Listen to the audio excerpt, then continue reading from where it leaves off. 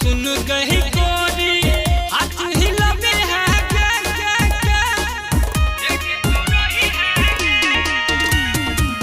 एगो जे टोली में टोली सजा के रेडी तू रही है अपना छत से सुन गई गोरकी हाथ हिलावे है दोनों हाथ से गुलाल को उड़ौरी है काज एगो गोरी है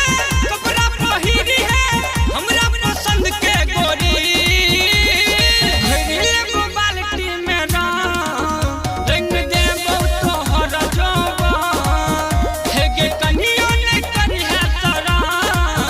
तोरा रहतौ गे हमर कसम हेगे घरेले को बाल्टी में रंग देबो तोहर